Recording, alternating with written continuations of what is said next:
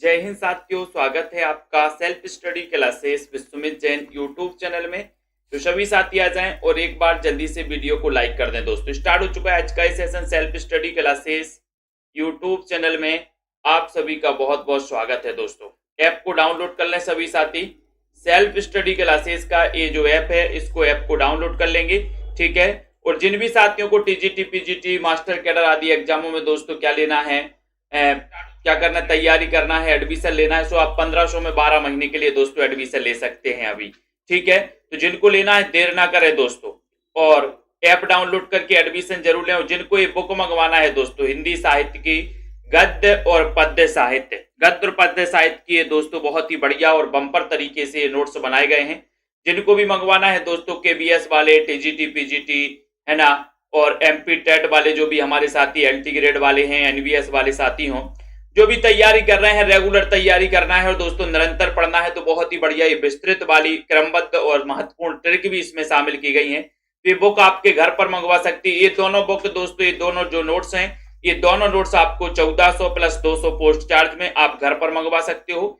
और अगर दोस्तों आपको ए बुक और मंगवाना है, साथ में तीनों मंगवाना है, तो टोटल मार के 2100 रुपए में आप तीनों मंगवा सकते हो, ठीक है। और ये सिंगल मंगवाना है 3000 एमसीक्यू की, तो 599 में मंगवा सकते हो, जिसमें आप प्रैक्टिस कर सकते हो बम्पर तरीके से, ठीक है। तो इसमें हिंदी प्लस व्याकरण और महत्वपूर्ण कथन इसमें दोस्तों दिए हुए हैं। तो 599 में ये भी आप अपने घर पर मंगवा सकते हैं, ठीक है।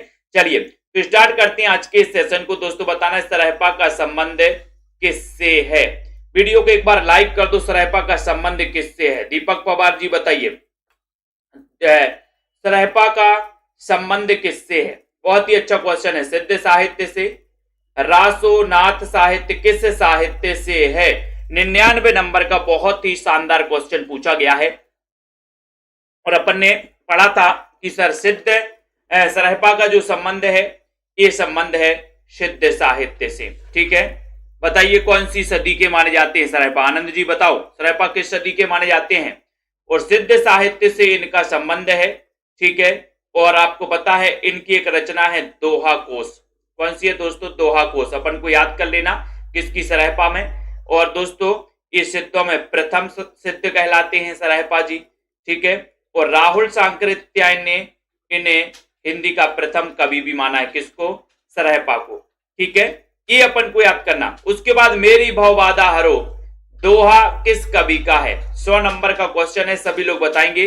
वीडियो को लाइक कर दो जल्दी से। मेरी भवबाधा हरो 100 का उत्तर तो बताएं, चयन करें। कुरैशी जी बहुत दिन में आए हैं। मेरी भवबाधा हरो दोहा निम्न में से किस कवि का है?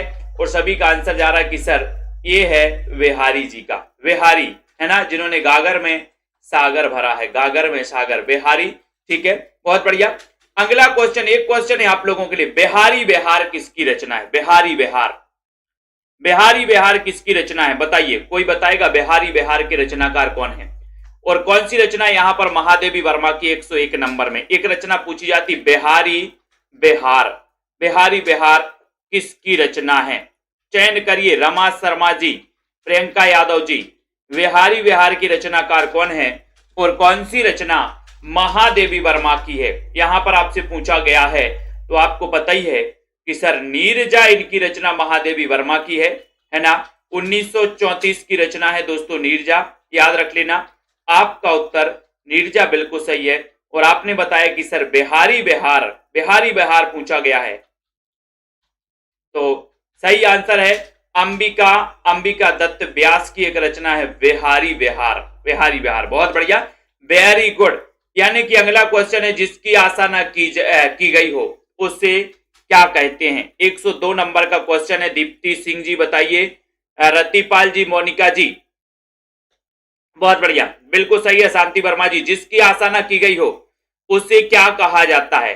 निराशा, अप्रत्याशित, उपेक्षा या फिर असंभव? बहुत ही शानदार क्वेश्चन, बहुत ही बढ़िया क्वेश्चन है। जिसकी आशा ना की गई हो, 102 नंबर का क्वेश्चन है। और सभी का आंसर चला गया कि सर उसे कहेंगे अप्रत्याशित। जिसकी आशा ना किया गई हो, की गई हो, उसे हम क्या कहेंगे? अप्रत्याशित। बी नंबर आपका बिल्कुल सही है, ठीक है। जहां उपमेय में अनेक उपमानों की शंका होती है, शंका होती है, वहां कौन सा अलंकार होता है। 103 नंबर का क्वेश्चन है। अलंकारों की परिभाषाएं आपको आने चाहिए। पूरे के पूरे जितने भी अलंकार हैं, यमक अलंकार, अनुप्रास अलंकार, श्लेष अलंकार, अतिशयोक्ति, अन्योक्ति अलंकार, इन सारे के सारे अलंकारों की परिभाषाएं आपको पता होनी चाहिए। यहां पर एक परिभाषा दी है, वो किस अलंकार की परिभाषा दी है ये भी आपको पता होनी चाहिए। ठीक है, तो यहां पर बहुत सारे लोग गलत भी करेंगे। जहां उपमेय में अनेक उपमानों की शंका होती है, शंका होती है, तो वहां पर कौन सा अलंकार होता है, संदेह अलंकार होता है। ठीक है, आपको पता है कि संदेह में संदेह अंत तक बना रहता है, और भ्रांतिमान में जो भ्रम है वो पक्का हो जाता है। भ्रम क्या हो जाता है, पक्का। जैसे मान के चलो कि यहां पर एक पेन है, और दोस्तों है ना, ये पेन है, लेकिन यहां पर भ्रम है कि ये पेंसिल है। ठीक है, तो ये भ्रम पूरा हो जाता है कि ये पेंसिल ही है, भले ही ये पेन है, लेकिन भ्रम पक्का हो गया कि ये पेंसिल है, ये पक्का हो गया, है ना। लेकिन यहां पर संदेह अंत तक बना है कि नारी बीच सारी है, कि नारी बीच सारी बीच नारी है, नारी ही की सारी है, कि सारी ही की नारी है। यानी कि संदेह में संदेह अंत तक बना रहता है, और भ्रम, भ्रांतिमान में जो भ्रम है वो पक्का हो जाता है ना। तो यहां पर आपको याद रख लेना, किंसुक कुसुम जानकर झपटा, तोते की निज लाल चोंच पर, और तोते ने निज चोंच चलाई, जामुन का फल उसे समझकर, है ना। तो आपको पता है कि जो किंसुक है दोस्तों, वो क्या समझ रहा है, कुसुम समझ रहा है, कुसुम, और भ्रम पक्का है कि ये कुसुम है। और तोते ने भी चोंच चला दी, बोले क्या, बोले ये तो पक्का जामुन का ही फल है, चोंच चला दी, पक्का भ्रम हो गया उसको, है ना। तो यहां पर दामुल का कैदी लेखक कौन, 104 नंबर का क्वेश्चन है। सभी लोग बताएंगे दामुल का कैदी। और दामुल का कैदी, बोले सर क्या करता है दामुल का कैदी। दामुल का कैदी प्रेम करता है। दामुल का कैदी क्या करता है, प्रेम करता है, प्रेम। तो प्रेमचंद कहां गए, दामुल का कैदी भी प्रेम करता है, प्रेम करता है, प्रेम। सी नंबर आपका बिल्कुल सही है। ठीक है, तोड़ने ही होंगे मठ और गढ़ सब, एक इसकी पंक्ति है। सभी लोग बताइए, राइट चयन करना है। बहुत ही अच्छा क्वेश्चन है। तोड़ने ही होंगे मठ और गढ़ सब, किसकी पंक्ति है, निराला, रघुवीर सहाय, या फिर दोस्तों नागार्जुन, या फिर मुक्तिबोध। चयन करो जल्दी से, बहुत ही अच्छा क्वेश्चन है ना। और 105 नंबर के क्वेश्चन में शेयर कर देना हमारे सभी मित्रगण। रोज रात्रि 9 बजे क्लास होती है। तोड़ने ही होंगे मठ, ये पंक्ति बताना है। 105 नंबर का क्वेश्चन है, और 105 नंबर में आपका सही उत्तर हो रहा है कि सर 105 में मुक्ति बोध। तोड़ने ही होंगे मठ गढ़ सब, क्योंकि मुक्ति के बाद तो आपके जो मठ हैं, जो गढ़ हैं, सब तोड़ने पड़ेंगे भैया, मुक्ति हो गई, है ना। तो मुक्ति के बाद तोड़ने ही होंगे सब मठ और गढ़, है ना, तोड़ने ही होंगे। बहुत बढ़िया। 24-24 मात्राओं की दो पंक्तियों वाले छंद को क्या कहते हैं, सोरठा, दोहा, कुंडलियां, या फिर रोला। 24-24 मात्राओं की दो पंक्तियों वाले छंद को क्या कहते हैं। सभी लोग बताइए जल्दी से, चयन करिए।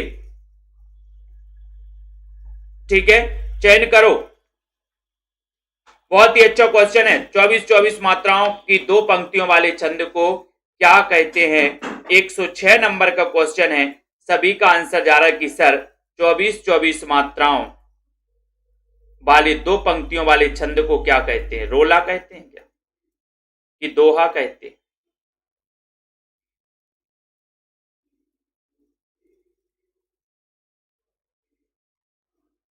सभी लोग बताएंगे। बहुत ही अच्छा क्वेश्चन है। कितना अच्छा क्वेश्चन है दोस्तों।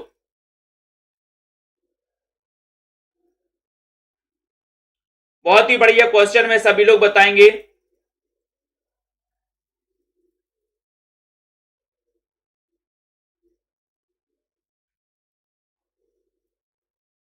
और सेल्फ स्टडी क्लासेस का सभी साथी ऐप को डाउनलोड कर लेना। 24-24 मात्राओं की दो पंक्तियों वाले छंद को कहा जाता है दोस्तों दोहा। क्या कहते हैं, दोहा कहते हैं। तब आपका उत्तर है नंबर 2, यानी कि बी नंबर। ठीक है, बहुत बढ़िया आंसर आप लोगों ने चयन किया है। बहुत सारे लोगों ने बता दिया है दोहा, कुछ लोगों ने बता दिया है रोला, है ना। तब आपका उत्तर हो जाएगा दोहा, यानी बी नंबर। ठीक है, 24-24 मात्राओं की 2 पंक्तियों वाले छंद को दोस्तों दोहा कहा जाता है। हिंदी में अंग्रेजी ढंग का पहला मौलिक उपन्यास कौन सा है? अंग्रेजी के ढंग का पहला मौलिक उपन्यास बताना है। सभी लोग बताइए, चयन करिए जल्दी से। 107 नंबर का क्वेश्चन है, बहुत ही अच्छा क्वेश्चन है। हिंदी में अंग्रेजी ढंग का पहला मौलिक उपन्यास किससे माना जाता है?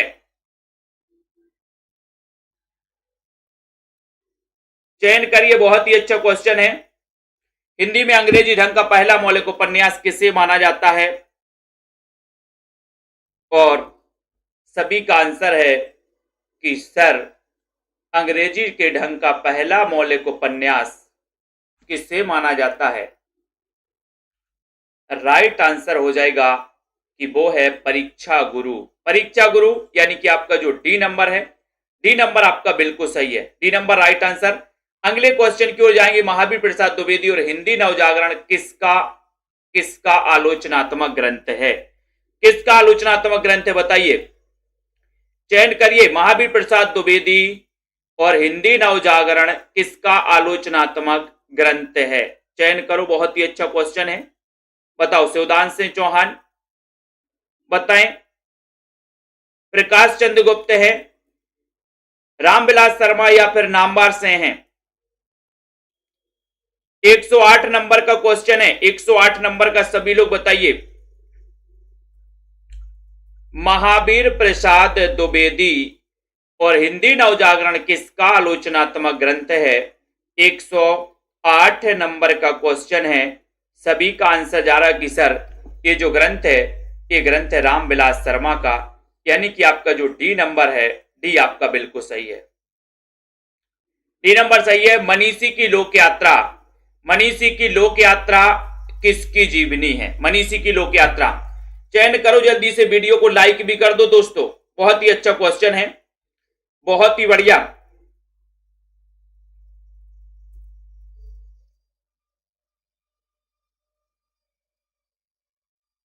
और 109 नंबर का क्वेश्चन है,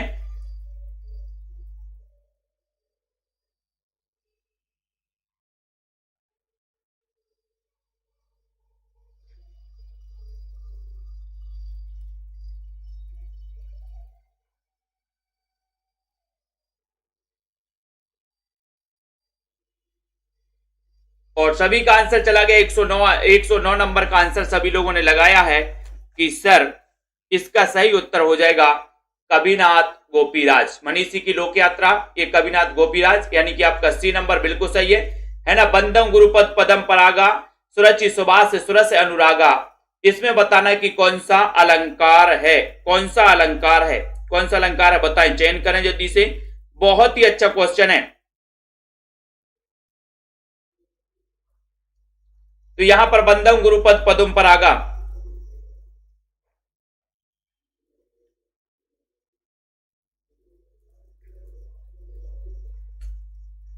और सभी का आंसर जा रहा है राइट आंसर में।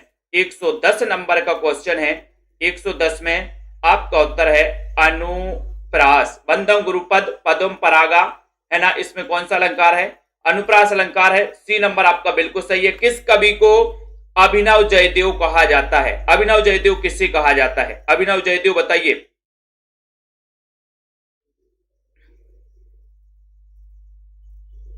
अभिनव जयदेव किससे कहा जाता है?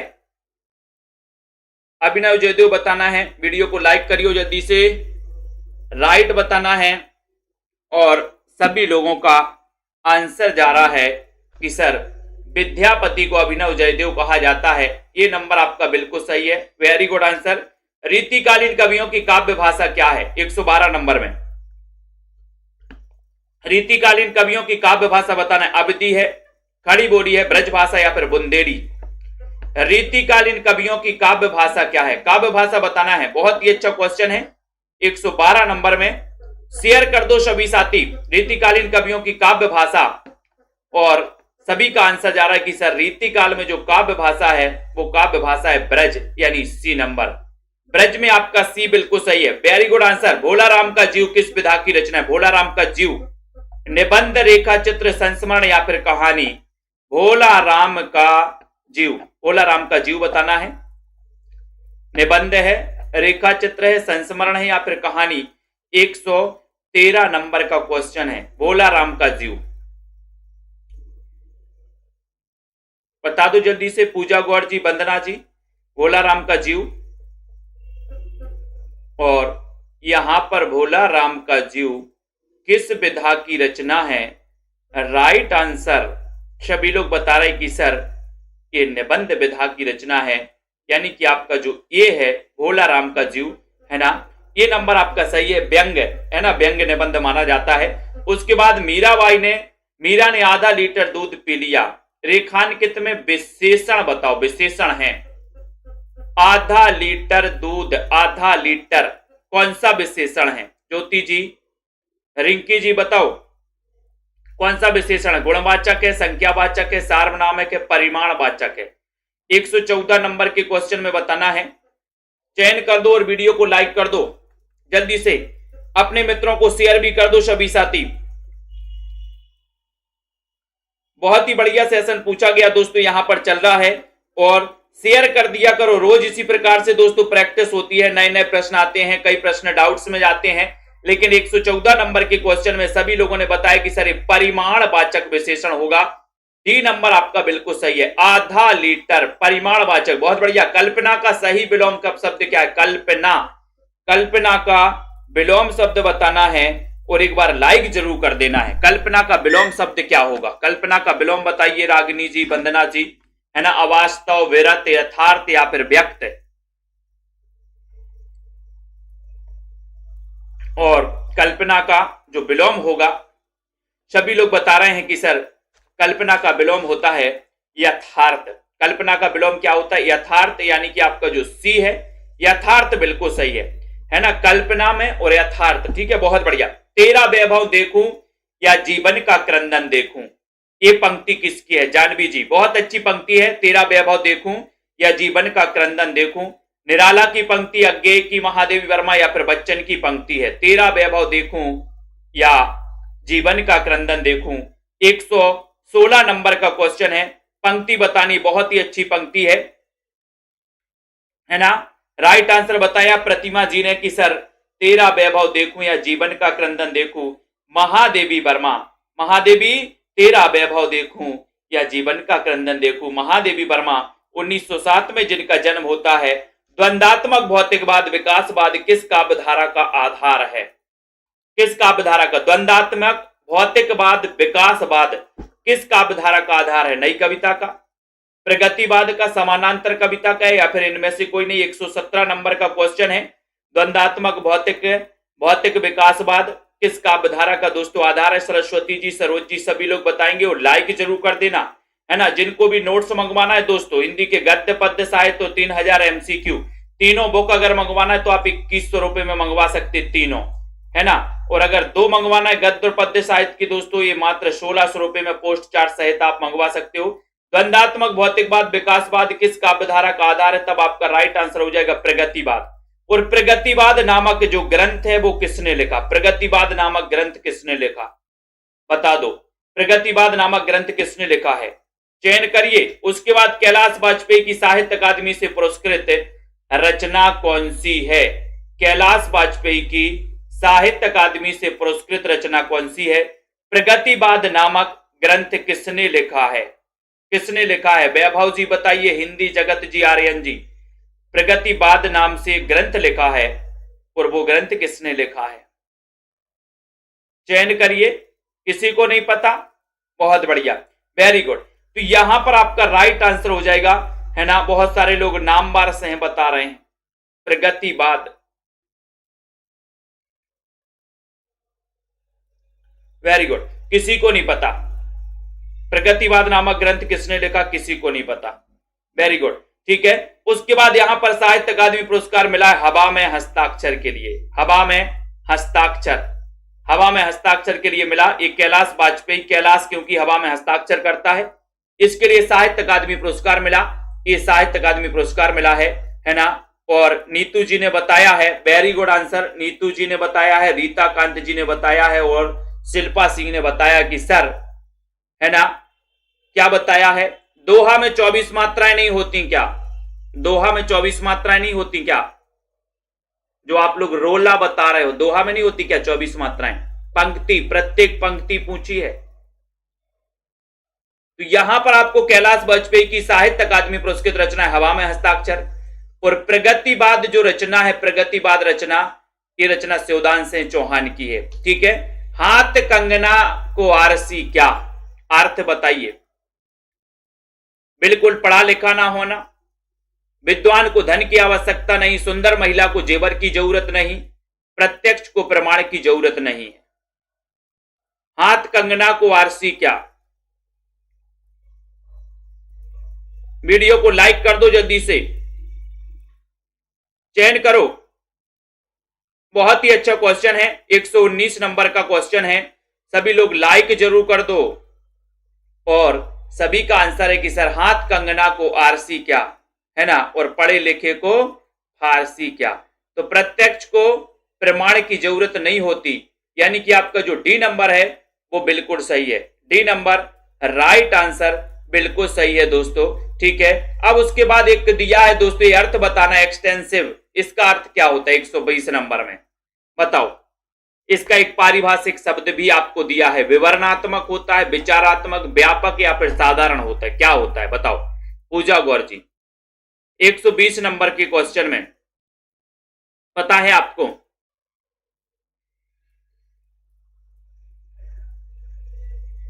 और राइट आंसर हो गया है, क्या हो गया है? राइट आंसर, सभी का आंसर है कि सर व्यापक। व्यापक यानी कि आपका उत्तर है सी नंबर। ठीक है, व्यापक, बहुत बढ़िया। अगला क्वेश्चन आ रहा है, आचार्य रामचंद्र शुक्ल हिंदी की प्रथम कहानी किसे मानते? रामचंद्र शुक्ल हिंदी की प्रथम कहानी किसे मानते हैं?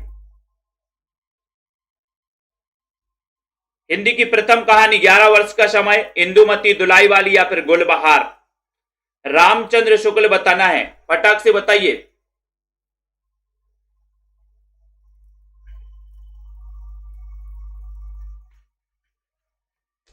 आचार्य रामचंद्र शुक्ल हिंदी की प्रथम कहानी किसे मानते हैं? बहुत ही अच्छा क्वेश्चन है। 11 वर्ष का समय, इंदुमती, दुलाई वाली या फिर गुलबहार, सभी का आंसर बताना है। और 121 नंबर का क्वेश्चन है, सभी लोगों ने बताया इंदुमती, 1900 किशोरीलाल गोस्वामी। ठीक है, ये पता हो गया। ठीक है, रस आखेटक के रचनाकार कौन है? रस आखेटक के रचनाकार बताना है, हजारी प्रसाद द्विवेदी, विद्यानिवास मिश्र, कुबेरनाथ राय या फिर शरद जोशी? बताइए, कांति देवी जी, चयन करिए। रस आखेटक के रचनाकार कौन है? बहुत ही अच्छा क्वेश्चन है, सेल्फ स्टडी क्लासेस का ऐप जरूर डाउनलोड कर लें सभी साथी। रस आखेटक के रचनाकार कौन माने जाते हैं? 122 नंबर का क्वेश्चन है रस आखेटक में, और सभी को पता है कि सर कुबेर, रस आखेटक कुबेरनाथ राय, यानी कि सी नंबर रस आखेटक। बहुत बढ़िया आंसर। जयशंकर प्रसाद का सर्वप्रथम नाटक है 123 नंबर में, प्रथम नाटक कौन सा है? उपासना जी, ममता श्रीवास्तव जी, जयशंकर प्रसाद का सर्वप्रथम नाटक कौन सा है? सज्जन, राजश्री, कामना या फिर विशाख? और आपका उत्तर है कि सर इनका प्रथम नाटक है सज्जन। सज्जन 1910 का इनका प्रथम नाटक है। राजश्री 1915 का इनका प्रथम ऐतिहासिक नाटक है। राजश्री क्या है? प्रथम ऐतिहासिक नाटक है। ठीक है, जबकि ये प्रश्न का उत्तर जो है वो सज्जन है। सज्जन 1910 का है। ठीक है, घर बसाना मुहावरे का सही अर्थ क्या है? घर बसाना, घर में रहना, विवाह करना या फिर मदद करना? बताओ, घर बसाना बताइए हरीश जी, किस किस को बसाना है घर? घर किस किस को बसाना? घर बसाना, इसका अर्थ क्या होता है? सही अर्थ 124 में घर बसाना, जल्दी से बताइए। मुस्कान जी, घर बसाना का अर्थ बताना है। और किस किस को बसाना है घर? बोले सर घर बसाना यानी होता है विवाह करना। सी नंबर, बहुत बढ़िया, है ना। देखो रिंकू जी बोल रहे मदद करना, घर बसाना, ठीक है, बहुत बढ़िया। जिसको भी बसाना उसने तो सही लगाया होगा। आंख लगाना, आंख लगाना। अंश जी बताइए, मनीष जी, मंजू जी, सभी लोग बताइए। आंख लगाना, आशंका होना, मृत्यु होना, नींद आना या फिर प्रेम होना। घर तो सबके बसते हैं भाई, है ना, नई बात नहीं है ये। तो यहां पर बताइए जल्दी से। सरोज जी बसा लिया, बहुत बढ़िया, अच्छी बात है, सबके बसते हैं, है ना। रिंकू जी के बस कह रहा है मदद करना, अच्छी बात है, मदद करते रहो तो ठीक है। तो आंख लगाना मुहावरे का अर्थ क्या है, सभी लोग बताइए जल्दी से। और सभी का आंसर सही है, आंख लगाना। बहुत सारे लोग बता रहे कि सर प्रेम होना, आंख लगाना मतलब प्रेम होना। डी नंबर आपका सही है, डी नंबर, वेरी गुड, बहुत बढ़िया रिंकू जी, अब सही आए लाइन पे। रस खान कवि का वास्तविक नाम क्या है, 126 नंबर का क्वेश्चन है। रस खान का वास्तविक नाम बताना, इतना सरल क्वेश्चन पूछा गया। रस खान इन हरिजनन, इन, है ना, हरिजनन पर कोटन हिंदू बारी, मुसलमान हरिजनन पर कोटन हिंदू बारी, ये भारतेंदु जी की ये पंक्ति है, ठीक है। तो यहां पर रसखान कवि का वास्तविक नाम बताना है, बहुत ही अच्छा क्वेश्चन है। और राइट आंसर क्या जा रहा है, और 126 नंबर का क्वेश्चन है। 126 में सभी का आंसर है सैयद इब्राहिम, इनके दोस्तों इनका वास्तविक नाम था रसखान का, वेरी गुड आंसर। हिंदी काव्य की आधुनिक मीरा किसे कहा जाता है, आधुनिक मीरा महादेवी वर्मा को, कीर्ति चौधरी, सुमित्रा कुमारी चौहान, वंदना वाजपेयी। तो लगभग सभी लोगों को पता है कि सर आधुनिक मीरा कहा जाता है महादेवी वर्मा, जिनका जन्म हुआ था 1907 में, वेरी गुड आंसर, है ना। अगला देख लो, यात्री मित्र, यात्रा वृतांत के लेखक कौन है, यात्री मित्र, यात्री मित्र बताना है कविता जी, दीपक जी, ममता जी। यात्री मित्र यात्रा वृतांत के लेखक कौन है, अनंत कुमार जी बताइए, दीक्षा जी। यात्री मित्र यानी 128 नंबर का क्वेश्चन है, सभी लोगों का आंसर जा रहा है 128 में, सभी का आंसर जा रहा है यात्री मित्र, है ना। यात्री मित्र सत्यदेव, सत्यदेव परिव्राजक, सत्यदेव, यात्री मित्र सत्यदेव, सत्यदेव यानी कि सी नंबर, सत्यदेव परिव्राजक। माटी की मूर्तें, इसकी विधा क्या है, माटी की मूर्तें 129 नंबर के क्वेश्चन में, 129 में माटी की मूर्तें, माटी की मूर्तें की विधा बताना है, बहुत अच्छा क्वेश्चन है दोस्तों। वीडियो को लाइक जरूर कर दें जल्दी से।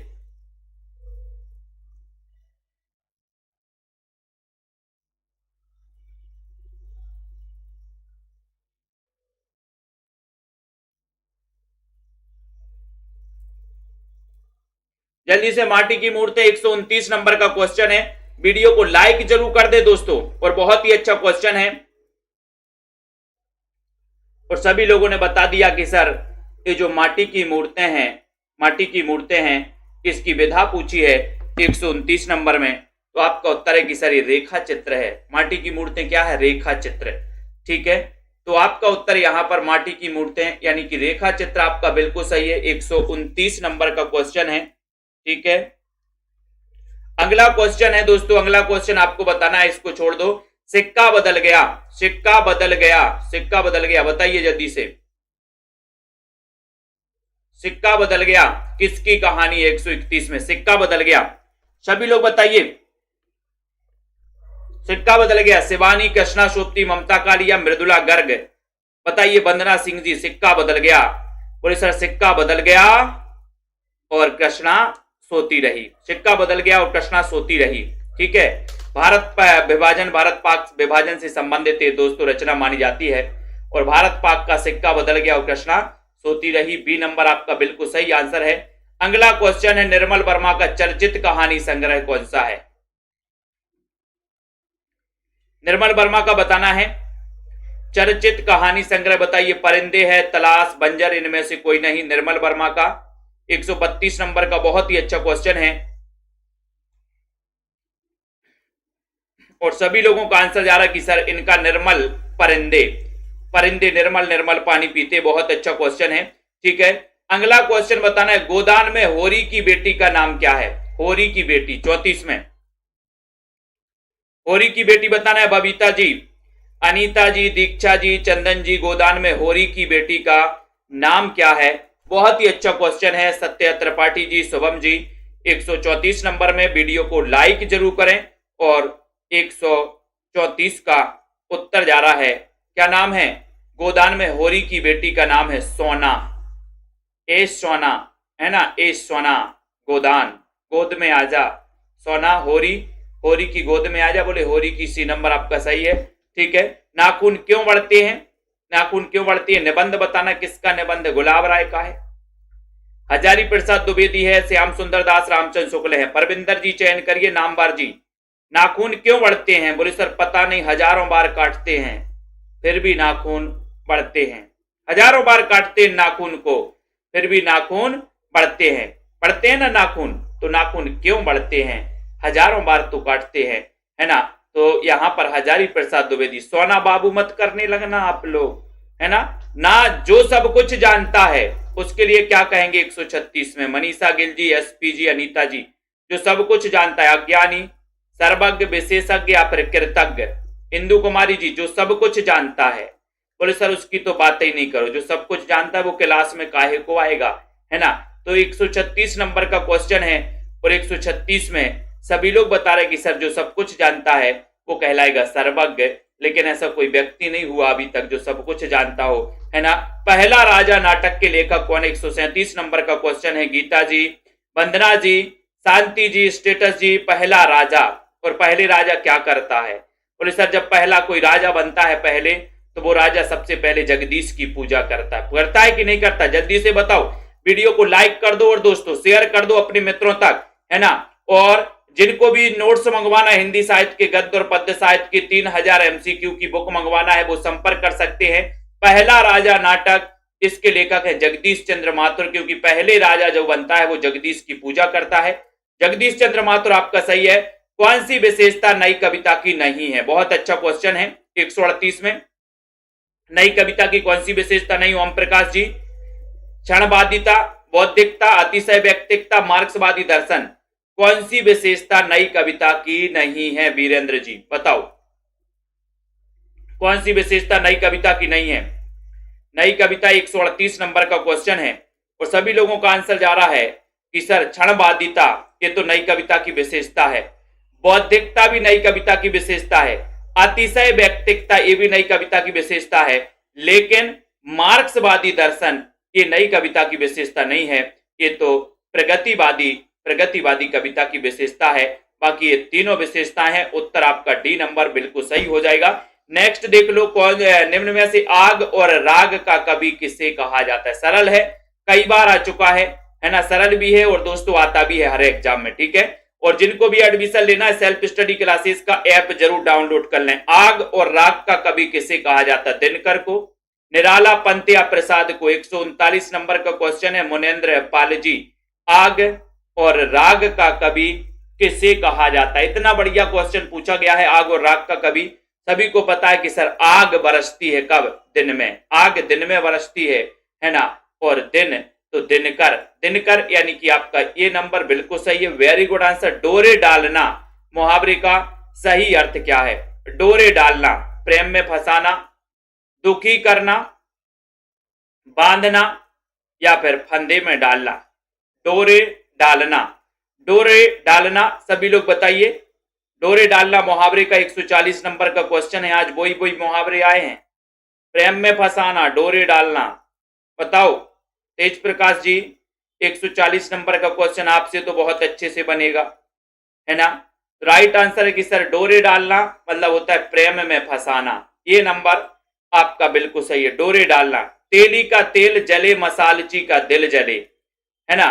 तो बताओ, तेली का तेल जले, मसालची का दिल जले, लोकोक्ति का अर्थ क्या है? एक को खर्च करते देख दूसरा परेशान। 141 नंबर में आस्था जी, रश्मि जी, बताओ, चयन करो कुमुद जी। तेली का तेल जले और मसालची का दिल जले। 141 नंबर में बहुत ही अच्छा क्वेश्चन है। वीडियो को लाइक करो। और इसमें आपका लोकोक्ति का जो अर्थ हो जाएगा 141 में, वो अर्थ क्या हो रहा है? वो अर्थ हो रहा है दोस्तों कि एक को खर्च करते देख दूसरा परेशान। एक नंबर आपका बिल्कुल सही है, ठीक है, बहुत बढ़िया। हिमकिरीटनी के रचयिता कौन है? हिमकिरीटनी बताना। माखनलाल चतुर्वेदी हैं, भवानी शंकर मिश्र हैं। हिमकिरीटनी, हिमकिरीटनी की रचनाकार बताना है और चयन करना है। हिमकिरीटनी यानी 142 नंबर का क्वेश्चन है। 142 नंबर के क्वेश्चन में हिमकिरीटनी की रचयिता कौन है? माखनलाल चतुर्वेदी, भवानी शंकर मिश्र, रणेंद्र शर्मा, मैथिली शरण गुप्त। 142 नंबर का बहुत ही शानदार क्वेश्चन है और सभी लोगों का आंसर आया कि सर ये जो है माखनलाल चतुर्वेदी की रचना हिमकिरीटनी, हिम तरंगणी, ठीक है। और कामायनी में श्रद्धा किसका प्रतीक है? कामायनी महाकाव्य है दोस्तों, 1935 का महाकाव्य है, ठीक है। और कामायनी आपको पता है कि श्रद्धा किसका प्रतीक है, ये बताना है कामायनी। और कामायनी जयशंकर प्रसाद, जयशंकर प्रसाद आपको पता है का ग्रंथ है। और इसी पर दोस्तों कामायनी एक पुनर्विचार मुक्तिबोध ने लिखी थी, है ना। कामायनी के अध्ययन की समस्याएं नगेंद्र ने लिखी थी एक रचना, कामायनी के अध्ययन की समस्याएं, है ना। और कामायनी में श्रद्धा किसका प्रतीक है? 143 नंबर का क्वेश्चन पूछा गया है। आपका उत्तर है हृदय का प्रतीक है, डी नंबर। हरिऔध के प्रिय प्रवास महाकाव्य में सर्गों की संख्या कितनी है? हरिऔध के प्रिय प्रवास में सर्गों की संख्या बताना है, 17, 19, 21 या फिर 23। राजीव मौर्जी, हरिऔध के प्रिय प्रवास महाकाव्य में सर्गों की संख्या बताना, 144 नंबर का क्वेश्चन है। प्रिय प्रवास, एक कभी प्रिय प्रवास में आया था कि प्रिय प्रवास में किसका प्रवास हुआ? तो कृष्ण का प्रवास हुआ। महाकाव्य है, खड़ी बोली का प्रथम महाकाव्य, हरिऔध का ग्रंथ है। और प्रिय का प्रवास कितने वर्ष के लिए हुआ? प्रिय का प्रवास, बोले सर ये जो प्रिय का प्रवास हुआ वो 17 वर्ष के लिए। तू 17 वर्ष की और मैं 16 वर्ष का, है ना। तो ये प्रिय प्रवास 17 अपन को याद कर लेना। मनोज शब्द का समानार्थी शब्द क्या है? मनोज का बता दो 145 में। मनोज का बताइएगा सभी लोग, आलोक जी, पवार जी, दीपक जी, सभी लोग चयन करो। मनोज शब्द का पर्यायवाची शब्द बताना, इतना अच्छा क्वेश्चन है। कामदेव, सूर्यदेव, आग या फिर कमल। मनोज शब्द का पर्यायवाची या समानार्थी शब्द बताना है। 145 नंबर का क्वेश्चन है। 145 में सभी लोगों का आंसर है मनोज शब्द का समानार्थी है कामदेव। ये नंबर आपका बिल्कुल सही है, कामदेव, बहुत बढ़िया। नाभादास कृत भक्तमाल की भाषा बताओ, भाषा क्या है? अवधी है, ब्रज भाषा, हिंदी, खड़ी बोली, मैथिली। नाभादास की भक्तमाल की भाषा क्या है? भक्तमाल की भाषा बताना, 146 नंबर का क्वेश्चन है। भक्तमाल की भाषा बताइए। और सभी लोग बता रहे कि सर भक्तमाल ये ग्रंथ है, 1585 में लिखा गया ये ग्रंथ है ना। इसके रचनाकार है नाभादास। नाभादास आपको बिल्कुल सही है। और भक्तमाल की भाषा पूछिए तो भाषा आपको पता है कि सर ये ब्रज भाषा में लिखा गया है ना, क्योंकि भक्तों का माल कहां रखा? नभ में। नाभादास, बी नंबर आपका बिल्कुल सही आंसर है। आखिरी चट्टान रचना के लेखक कौन है? आखिरी चट्टान बताना है दोस्तों। लाइक कर देना सभी साथी। सेल्फ स्टडी क्लासेस का ऐप डाउनलोड कर लेना, प्ले स्टोर में जाके सर्च करना सेल्फ स्टडी क्लासेस। आखिरी चट्टान रचना के लेखक कौन है? मोहन राकेश है, अमृत राय हैं, रांगे राघव है, राहुल सांकृत्य। आखिरी चट्टान 147 नंबर का क्वेश्चन है। 147 में सभी लोगों को पता है कि सर आखिरी चट्टान कौन है? आखिरी चट्टान, तो आखिरी चट्टान कौन है? मोहन राकेश। मोहन राकेश है आखिरी चट्टान। ये नंबर आपका सही है। गुप्त का सही विलोम शब्द कौन सा है? गुप्त। गुप्त का बताओ, गुप्त का विलोम बताइए। गुप्त का पूजा गौर जी, तनु जी, सभी लोग बताइए। और जिन भी साथियों को नोट्स मंगवाना है नीचे नंबर दिया है, संपर्क कर सकते हो दोस्तों, ठीक है। गुप्त का सही विलोम क्या है? 148 नंबर का क्वेश्चन है। सभी लोगों का आंसर जा रहा है कि सर गुप्त का विलोम होता है ज्ञात। ज्ञात यानी कि बी नंबर। अगला है अरे आयावर रहेगा याद, किस विधा की रचना है? विश्वास मलिक जी, अंजू जी, तनु जी, मुजाहिद जी, सभी लोग बताइए। अरे आयावर याद रहेगा, रहेगा याद, किस विधा की रचना? विधा बताना इस पर, है ना। ये अज्ञे जी की रचना है दोस्तों, लेकिन अज्ञे जी का ये क्या है? अज्ञे जी का ये आत्मकथा है क्या? यात्रा वृत्तांत है 149 में। क्या है? अरे आयावर रहेगा याद। अरे आयावर रहेगा याद ये 49 में यात्रा साहित्य है। सी नंबर आपका सही है।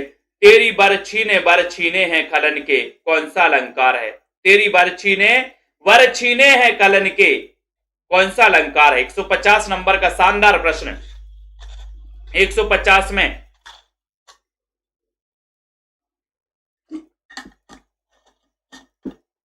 तेरी बरछी ने बर छीने हैं खलन के, ये दोस्तों क्वेश्चन पूछा गया।